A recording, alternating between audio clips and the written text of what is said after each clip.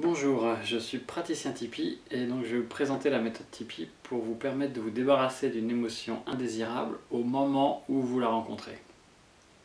Alors pour ceux qui sont actuellement dans une émotion indésirable type panique, crise d'angoisse, peur de mourir, jalousie, colère, je vous propose d'aller directement sur cette vidéo plus rapide qui va éviter toutes les explications dont vous n'avez pas besoin là, pour gérer votre problème émotionnel. La méthode Tipeee permet de gérer toutes les émotions indésirables ou envahissantes. Alors évidemment on pense aux phobies, aux peurs un peu caractéristiques, mais on oublie souvent qu'il y a 3 autres types d'émotions indésirables, que sont la colère, qui se gère exactement comme une phobie en fait. Toutes les colères qu'on subit, qu'on n'a pas l'impression de maîtriser totalement, l'irritabilité, la violence, ça peut vraiment se guérir de la même manière qu'une phobie. On va avoir aussi l'inhibition. L'inhibition, on la remarque moins souvent, puisqu'on a cette impression d'avoir le cerveau un petit peu en compote, on se dit mince, je me sens un peu dans le coton, dans les nuages. Bien sûr, on va se rendre compte dans les phases un peu plus critiques, comme la dépression, l'inhibition relationnelle, l'inhibition dans le domaine de la sexualité. Et enfin, un troisième type d'émotion, qui est ce qu'on va appeler la tyrannie, c'est-à-dire les personnes à responsabilité, qui ont tendance à prendre des décisions parfois arbitraires pour certains. Mais en fait, on se rend compte que c'est du même type que les phobies.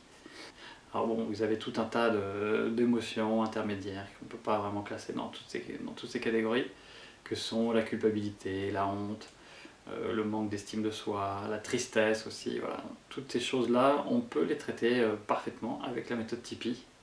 Je vous ai fait une description de toutes les émotions envahissantes dans le descriptif de la vidéo. À partir du moment où vous estimez dans une situation que vous n'êtes pas vraiment à 100% de vos capacités psychologiques, on va dire, de votre bien-être psychologique, vous savez que vous pouvez utiliser dans une situation comme celle-là, la méthode Tipeee.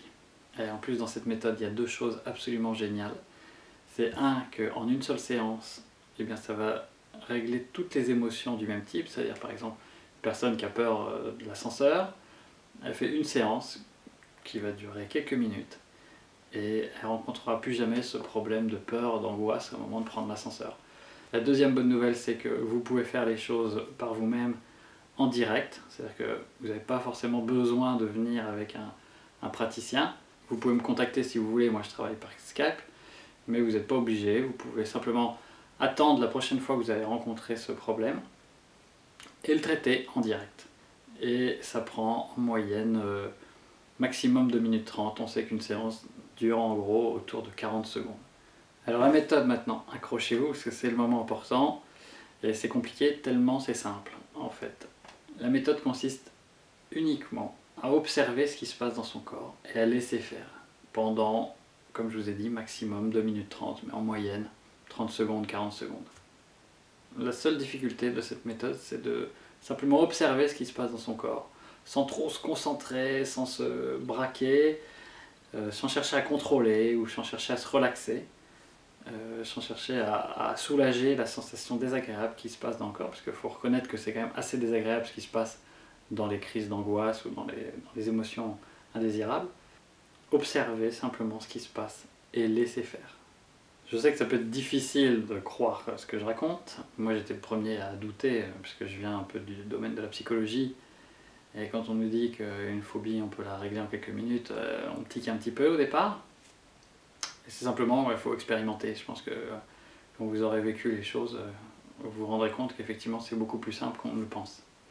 Alors effectivement, cette apparente simplicité, je vais la détailler parce que c'est pas si simple à mettre en place. Et ensuite, il faut savoir que certaines émotions sont un petit peu un bouquet garni, malheureusement, de différentes peurs. Et souvent, à l'intérieur de ça, on va guérir une peur, mais il va rester toutes les autres, donc on va avoir l'impression que le problème n'est pas guéri. Ça peut être le cas de l'avion, mais bon, pas toujours, mais pour certaines personnes, la peur de l'avion, c'est un ensemble de peurs. C'est la peur quand ça monte, c'est la peur pendant les trous d'air, c'est la peur quand ça atterrit, par exemple. Et puis, vous avez aussi les états dépressifs.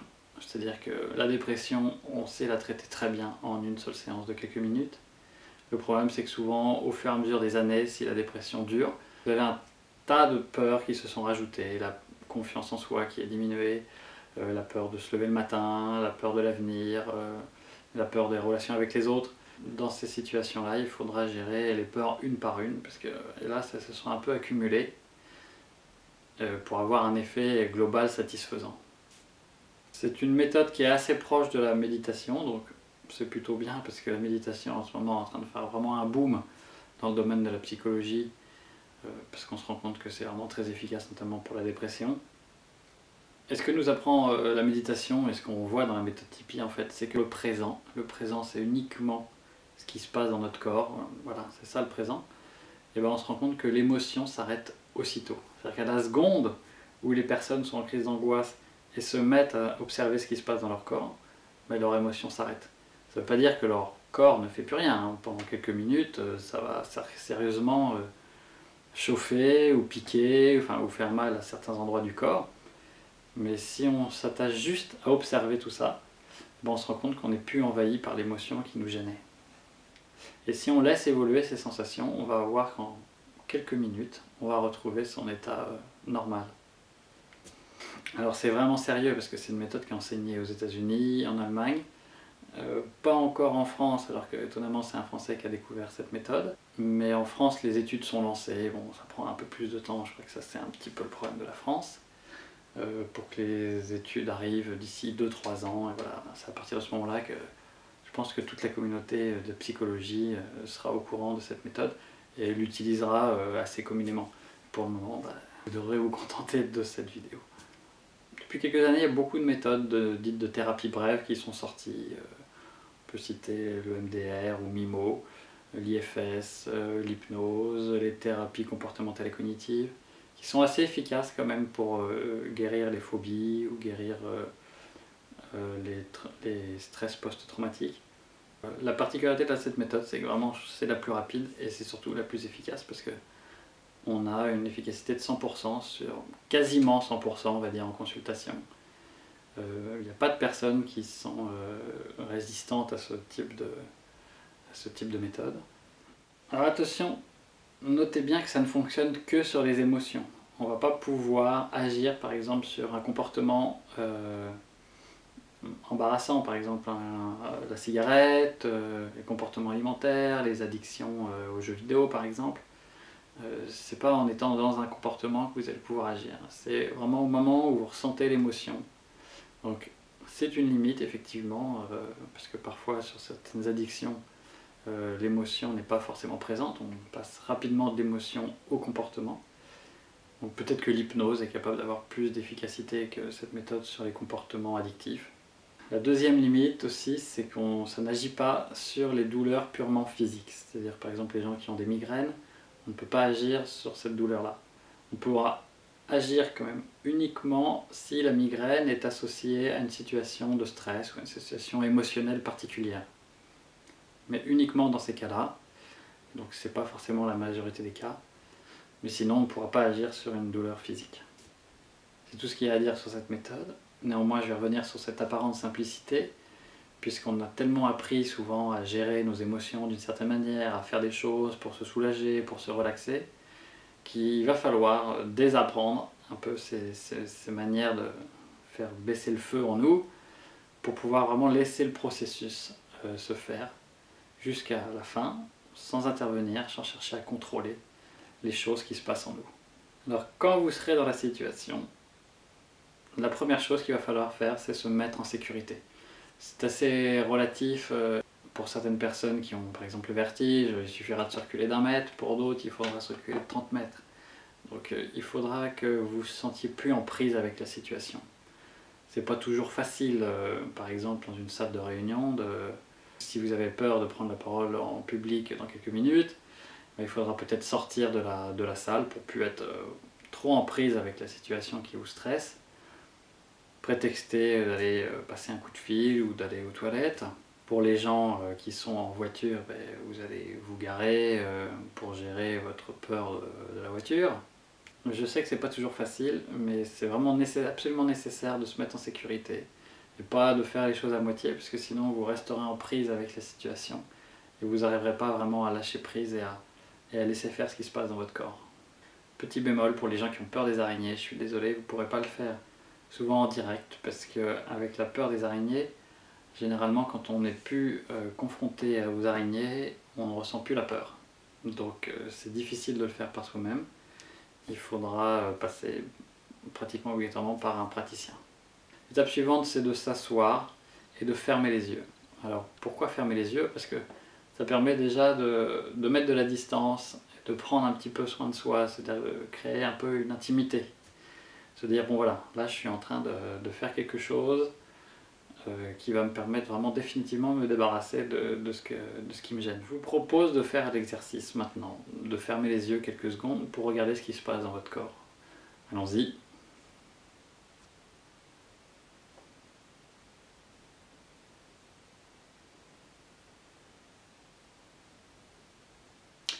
Donc voilà, je ne sais pas ce qui s'est passé pour vous.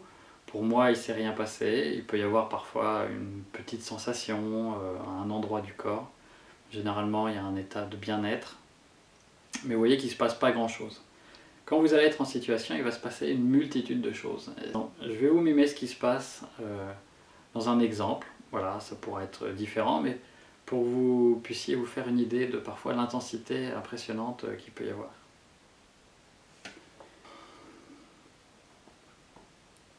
Ah, j'ai mal au cœur.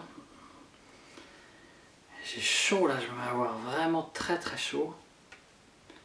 J'ai mal à la nuque, ça me tire derrière. J'ai le ventre aussi là, qui est un peu noué.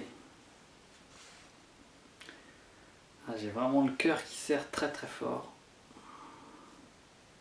C'est très désagréable. Cette chaleur là aussi est vraiment intense.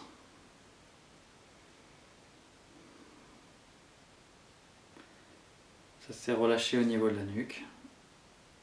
Dans le ventre aussi. J'ai toujours un petit peu de chaleur au niveau du torse.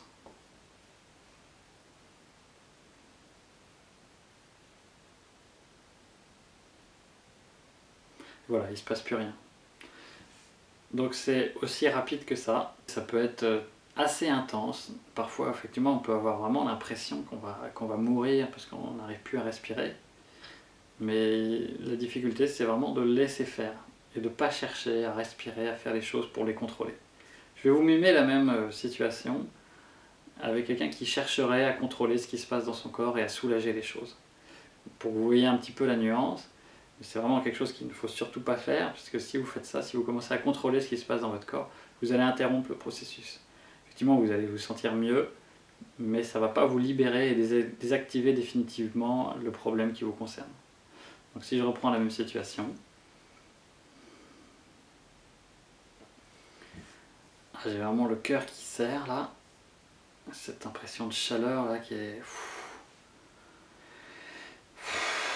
vraiment insupportable.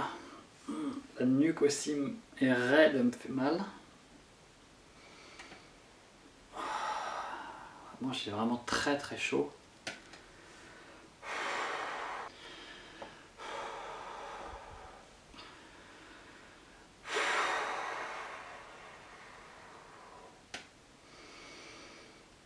Ça se calme, mais il y a toujours un petit quelque chose encore, j'ai toujours un peu chaud. À la nuque c'est mieux, mais...